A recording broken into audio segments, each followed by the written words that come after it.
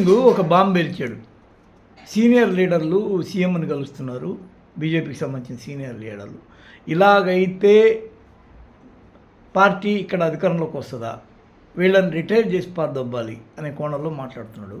అసలు ఇతని యొక్క వాదన వేదన ఏంటో చూద్దాం. పార్టీలో సీనియర్ లీడర్లు కొందరు అధికారంలో ఉన్న ఏ పార్టీ ఉంటే ఆ పార్టీకి కీలక నేతలను ముఖ్యమంత్రిని రహస్యంగా కలుస్తున్నారని ఆరోపించారు రాజాసింగ్. అలాంటి నేతలను పార్టీ నుంచి దూరం పెట్టాలని డిమాండ్ చేశారు. తెలంగాణలో బీజేపీ ప్రభుత్వం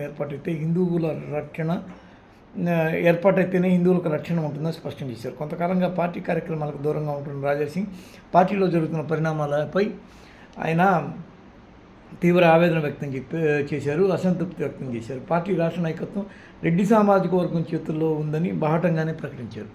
అంటే కిషన్ రెడ్డి. అలాగే ఎస్సీ ఎస్టీ మైనార్టీల పార్టీలో సముచిత స్థానం కల్పిస్తేనే రాష్ట్రంలో కాంగ్రెస్ బీఆర్ఎస్కు ధీటుగా బీజేపీ ఎదుగుతుందని అన్నారు. ఇకపోతే నెల రోజుల క్రితం మరో లేఖ విడుదల చేశారు.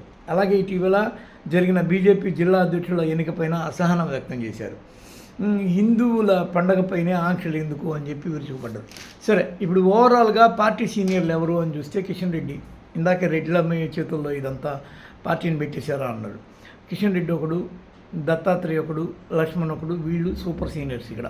ఆ తర్వాత రాజాసింగ్కి ఈరోజు హక్కు ఏంటి అంటే ఆయన ఎంత వ్యతిరేక గాలి వీచినా ఒక్కడంటే ఒక్కడుగా గెలిచిన ఒక్క మొగడు కాబట్టి అతనికి ఒక వాయిస్ ఉంటుంది. ఆ వాయిస్కి ఒక వాల్యూ ఉంటుంది. ఎందుకు రాజాసింగ్ని క్రైటీరియాలో తీసుకోవాలి అంటే ఆయన ప్రతి హిందుత్వ వ్యవహార శైలి మీద గట్టిగా తీవ్రంగా అడుగుతాడు కాబట్టి. అయితే ఇప్పుడు ఈ ముగ్గురు మీద ఆయనకున్న ద్వేషభావం ఏంది? ఇప్పుడు కేంద్రంలో రాష్ట్రం నుంచి ఇద్దరు కేంద్ర మంత్రులుగా ఉన్నారు. వాళ్ళు ఎవరు అంటే బండి సంజయ్, కిషన్ రెడ్డి. ఈ మధ్యకాలంలో బండి సంజయ్ ఇలాంటి వాళ్ళందరూ కలిసి విద్యాసాగర్ రావు యొక్క ఒక పుస్తకం ఉనిక అనే పుస్తకం ఆవిష్కరణ సందర్భంగా సీఎం రేవంత్ రెడ్డితో వేదిక పంచుకున్న పరిస్థితులు ఉన్నాయని చెప్పినట్టు. తర్వాత ఇంకా కిషన్ రెడ్డి అంటే రేవంత్ రెడ్డి, కిషన్ రెడ్డి వాళ్ళిద్దరూ ఒకళ్ళ మీద ఒకళ్ళు సవాళ్ళు విసురుకుంటున్నది మనం చూస్తూనే ఉన్నాం. ప్రాజెక్టులు రాకపోతే అందుకు బాధ్యత మీదే అని కిషన్ రెడ్డిని అంటే ఇప్పటివరకు మేము ఎన్ని నిధులు తెచ్చామో చూడండి అని చెప్పి కిషన్ రెడ్డి ప్రజెంటేషన్ ఇచ్చి నేను ఒక్క ప్రాజెక్ట్ ఆపింది ఏమన్నా మీ దగ్గర సాక్ష్యం ఉంటే చూపిండి అని చెప్పి రివర్సు ఆయన కౌంటర్ ఇచ్చాడు. వాళ్ళిద్దరి మధ్య టాక్ ఆఫ్ వారు నడుస్తుంది కిషన్ రెడ్డి, రేవంత్ రెడ్డి ఈ గవర్నమెంట్ మధ్య. ఇక లక్ష్మణ్కి బీసీసీఎల్ అధ్యక్షుడిగా జాతీయ హోదాలో ఆయనకి ఇచ్చి ఆయన పక్కన పెట్టారు. ఆయన ప్రత్యేకించి ఇప్పుడు పోయి ఎవరిని కలుస్తున్నాడు ఏంది అనే దాని మీద ఒక ఐడియా లేదు, ఆధారం లేదు మనకి. ఉన్నది బండి సంజయ్, కిషన్ రెడ్డి. బండి సంజయ్ బీసీ, ఆయన చేతుల్లోంచి అధికారం తీసుకొచ్చి రెడ్లకు అప్పచెప్పారు. సరే, అప్పగిచ్చారు కదా అని చెప్పి అక్కడ వచ్చిన నష్టమేం లేదు. అసెంబ్లీ ఎన్నికల్లో తొలుత 1 ఉంది, మధ్యలోకి 3గా మారింది. ఆ తర్వాత అది 8 అయింది ఇప్పుడు. ఆ తర్వాత గ్రేటర్ని కూడా బాగా లాగారు. తర్వాత ఏమైంది, ఎవరు బండి సంజయ్ నాయకత్వంలో. తర్వాత ఏమైంది, ఇతను వచ్చాక ఇప్పుడు అసెంబ్లీలో 8 సీట్లు, లోక్సభలో 8 సీట్లు ఇక్కడి నుంచి అందించిన పరిస్థితులు ఉన్నాయి. ఈ క్రమంలో రాజాసింగ్కి వచ్చిన ప్రాబ్లం ఏంటంటే తను ఒక్కడే ఒంటరిగా ఉండాలనుకుంటున్నా మొత్తానికి. ఇక్కడ ఆయన రూట్ మ్యాప్ ఏంటి, ఆయన కంప్లైంట్ ఏంటి, వీళ్ళందరూ సీఎంను కలిశారు అనే కోణంలో ఆయన చేస్తున్న కామెంట్లు వెనక అర్థం ఏంటి, ఆయనకి ఎందుకు అంత అసంతృప్తి, పార్టీ అనేది తాను ఒక్కడుగా ఉన్నప్పుడు ఉన్న విధానానికి ఇప్పుడు ఆ తర్వాత అంచెలంచెలుగా ఎదిగిన విధానానికి.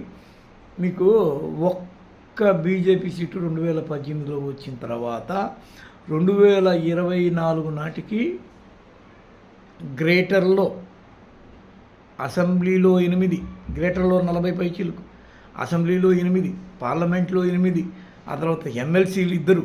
అంటే అంచెలంచెలుగా ఎదుగుతూ పోతుంది.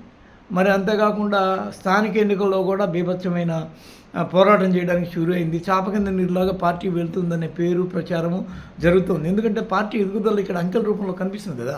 రాజాసింగ్ చేస్తున్న కామెంట్లు అంటే ఇక్కడ కొన్ని ప్రాబ్లమ్స్ ఉంటాయి. ఎవరు ముఖ్యమంత్రికి ఉన్నా వాళ్ళపై కలవడం అనేది ఒక పద్ధతి పాడు, దాని వెనక ఒక పనులు సాగించుకునే ఒక ఇది. మొన్న ఈ మధ్య ఆల్ పార్టీ మీటింగ్ ఏర్పాటు చేస్తే బీజేపీ రాలా, బీఆర్ఎస్ కూడా రాలా. బీఆర్ఎస్కి 4 ఎంపీలు రాజ్యసభ ఉన్నారు, బీజేపీకి ఎంతమంది ఉన్నారు చెప్పాము ఇందాకే. వాళ్ళు రాకపోవడం, పైగా ఆహ్వానం పంపిస్తే ఆహ్వానం మాకు లేట్‌గా అందింది. ఆ సరికే మాకు షెడ్యూల్ ఖరారైపోయింది కాబట్టి మేము రాలేము. ఈసారి ముందస్తు సమాచారం ఇయ్యండి అని చెప్పేసి కిషన్ రెడ్డి రూపంలో ఆన్సర్ వచ్చింది. అంటే ఇప్పుడు ఇదే కోమటిరెడ్డి నితిన్ గడ్కరీని కలిస్తే మాత్రం తప్పులేదా రాజాసింగ్ అని చెప్పి చాలామంది అడుగుతారు.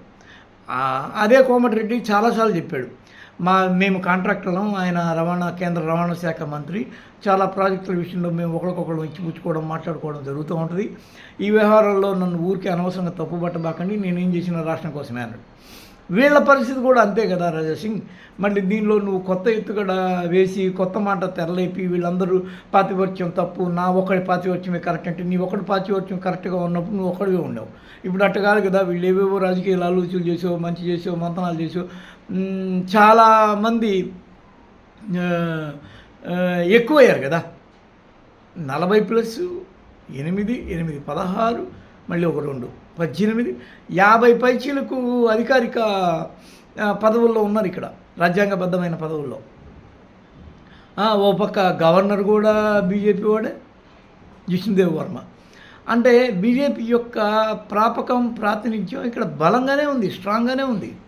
ఎక్కడ తెలంగాణలో ఎదుగుతూ ఉంది. ఇప్పుడు ఇదే నీకు కాంగ్రెస్ చేస్తున్న కామెంట్ ఏంటంటే రాజాసింగ్ లాంటి వాళ్ళ మీద, మీరు 8 మంది ఎమ్మెల్యేలు ఉంటే 8 మందిలాగే ఉన్నారు తప్ప కలిసి ఉన్నారా? ఎంపీలు ఉంటే అలా కలిసి ఉన్నారా? ఒక్కొక్కరిది ఒక్కొక్క వర్గం అని చెప్పడానికి ఇదొకటి నిదర్శనంగా మారుతుంది. రాజాసింగ్ లాంటి వాడు బయటకు వచ్చి చెప్తే పార్టీ ఎదుగుతున్న క్రమంలో ఇది చెడ్డ పేరు కాదా అనేది చాలామంది అంటున్నమాట. మరి చూడాలి రాజాసింగ్ లోపల ఏం పెట్టుకొని బయటికి మాట్లాడుతున్నాడు.